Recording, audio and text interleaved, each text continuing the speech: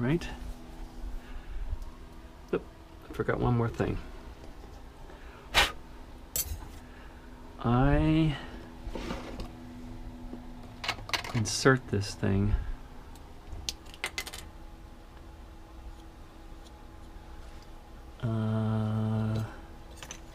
between 21 and 22 millimeters.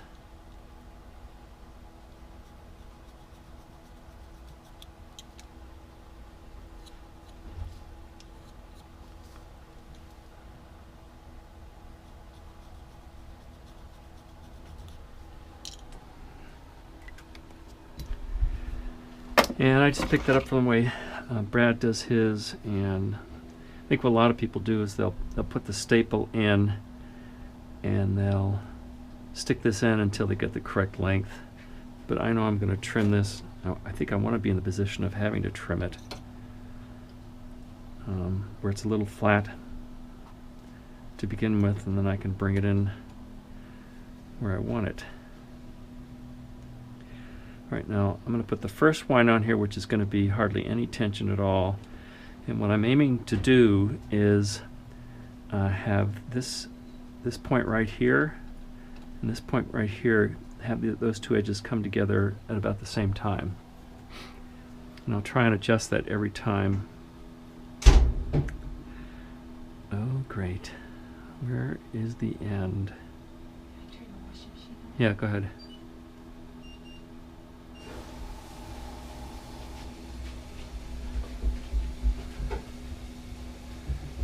Where is the end? I'll have to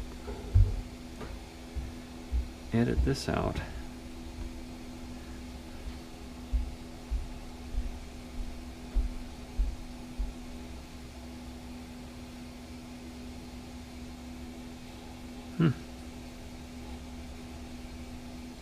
There it is. That was not easy.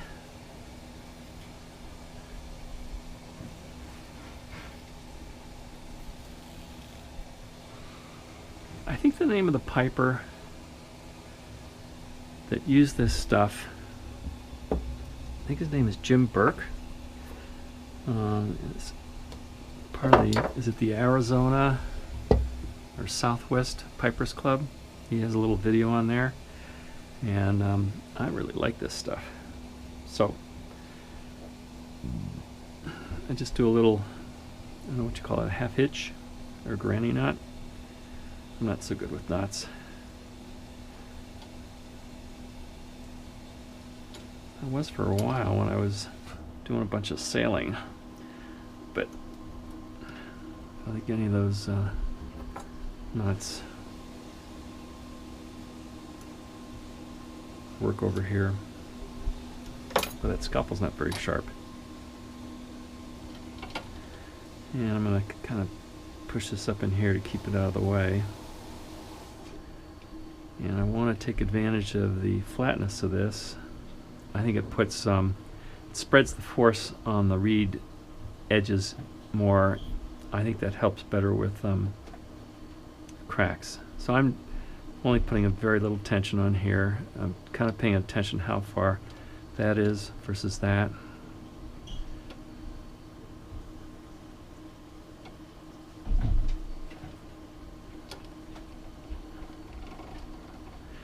And maybe also how straight it is.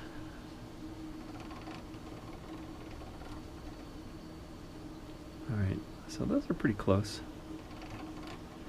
And I'll go past the point that it's, I won't wind this far in the end, but this kind of helps keep it together and form it in the correct way. Okay. So I'm going to come back and wrap this again 2 more times, each progressively tighter, and then it should be done until tomorrow.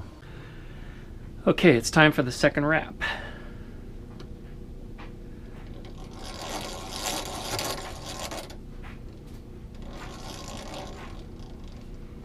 And usually I do this like an hour afterwards. I think it's maybe a couple hours now, maybe closer to 3. And put a few drops of water here.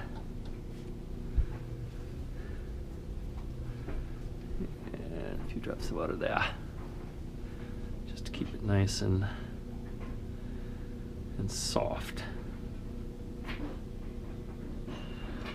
One of the problems I have with this setup is that when I pull on it, there's a tendency to take the two slips and kind of shove them one way or the other. And a little bit of that I can kind of compensate for later. And it really starts happening when I start putting some additional pressure on it, like I'm about to do right now. But if I can get the initial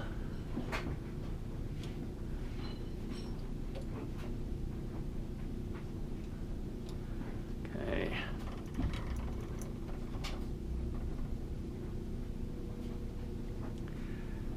Okay.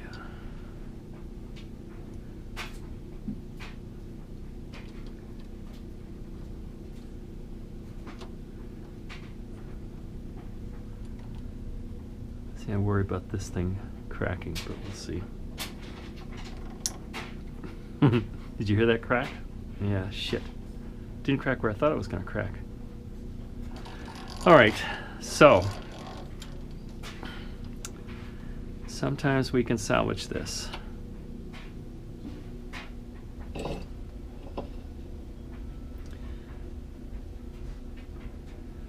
actually kind of hard to see, but it's like right there.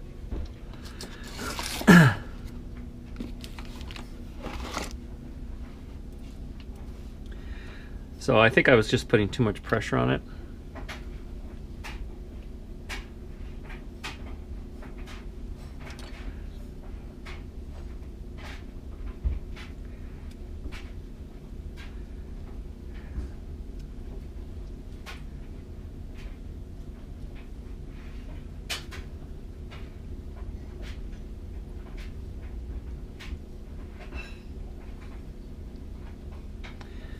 I kind of wish I could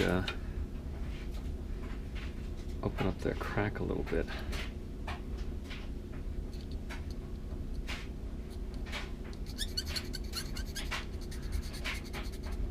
Trying to see if I can force some of that super glue in there.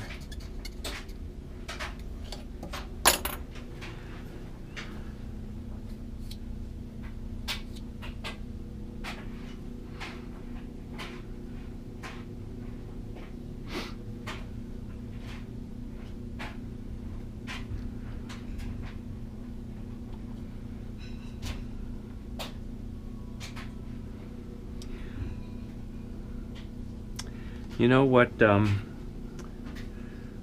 might be happening here, I guess I can show it best on here.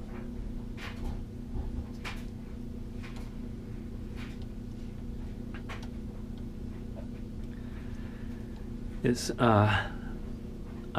maybe I should have sanded these down a little bit here, because right now it's really having to crank over, put a lot of pressure on this slip here, but we'll see. Maybe we'll get lucky with the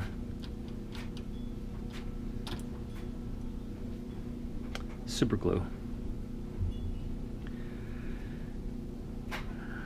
I would have to say about half the time I end up with a crack that I try to fix with super glue, it works, and the other half is utter failure.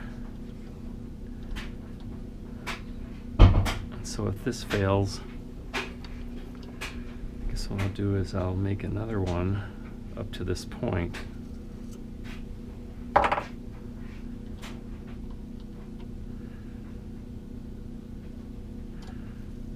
right.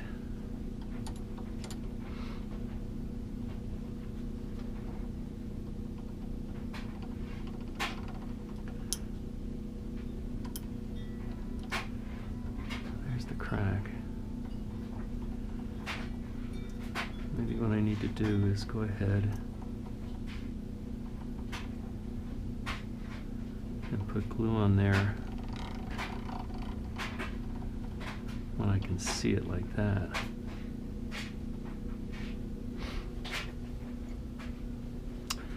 Shouldn't let that cap off. Bad me.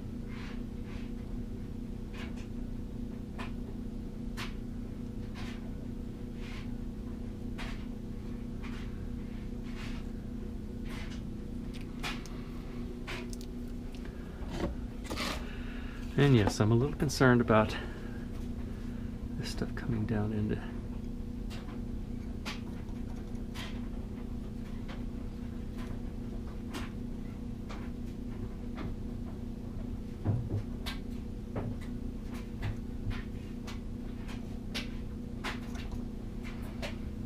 Okay.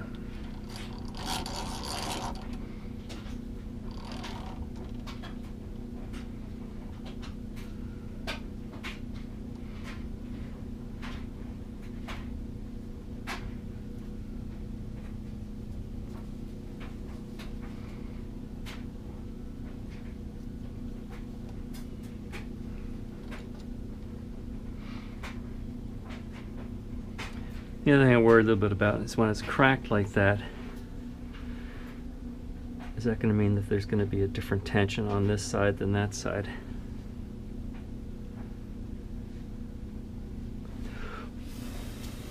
We'll find out.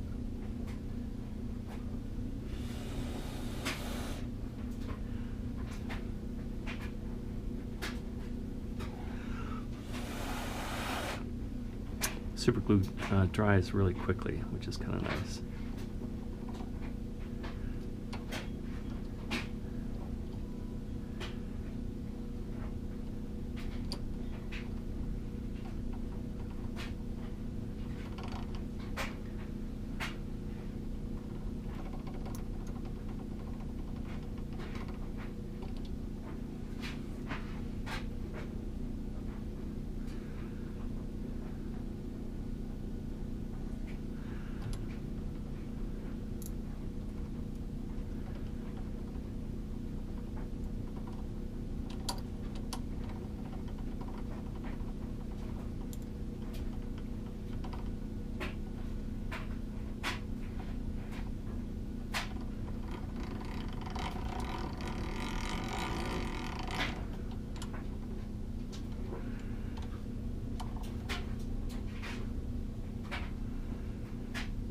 And the crack does come up there.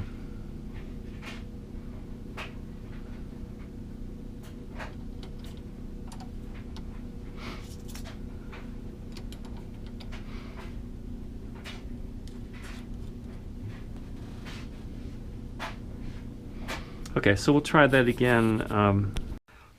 Okay, it's been another couple hours, so we should be able to do our final wine with a good amount of pressure.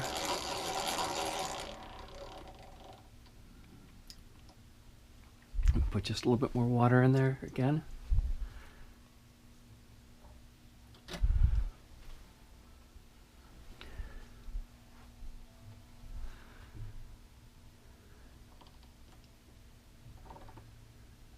And there's the split, but it should be full of super glue right now.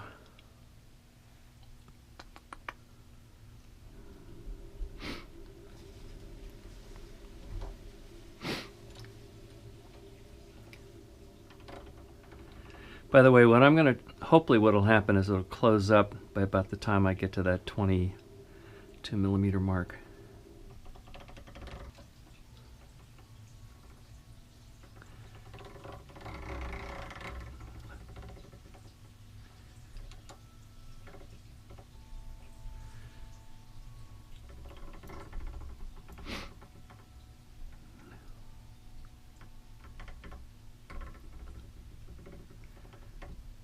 Yeah, and I ease up a little bit on pressure as I get to the top here, because it looks like it closed pretty nicely. What I'm doing here is flattening out the tape. I come down. Oops. I like to run this thing so it just overlaps a little bit coming down. Now in some of my chanters, I have to leave this spot untaped, unwound. But with the Angus chanter, I'll bring it all the way down because it's a pretty big hole or socket for the reed.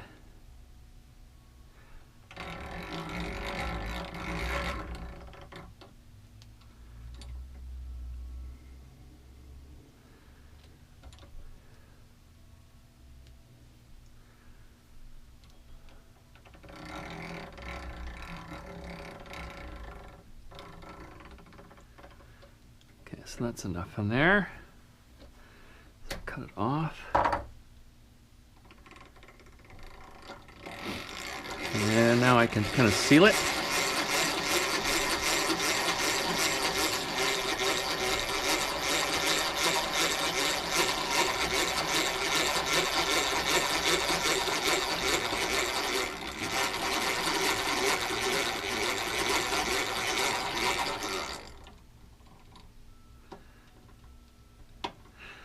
Lots of times it gets stuck like that. So I just have to use pliers and hammer.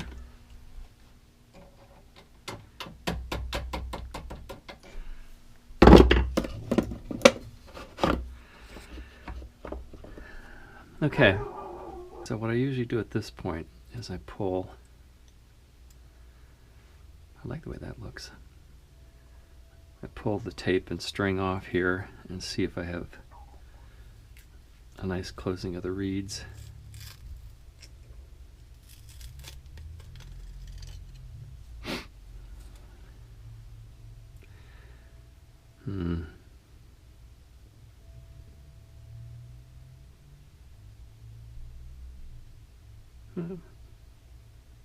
That's okay. That might be a little bit of an opening there. I think that's just an overlap. Now what I've been doing here is use the tape again that was left over from when I taped it onto the sanding tube. And I go ahead and get rid of these overlaps of the sanding. And I think what happens is that the reeds will kind of fall into each other if there is a little bit of leak. And also I want to bring this thing down. There's a little risk here that that'll be creating a leak. But lately it hasn't seemed, I mean, it kind of seems to work okay.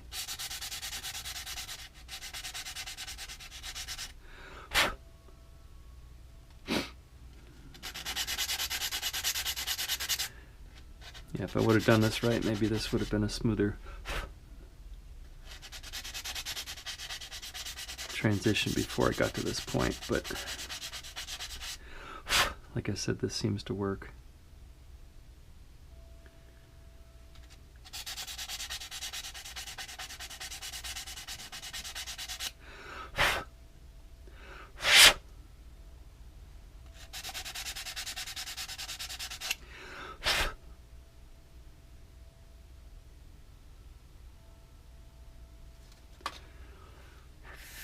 And then I check to see whether it's going to leak or not. Nice tight seal. So I'll let this sit overnight, see what it wants to do, and then we'll get into doing the scrape tomorrow.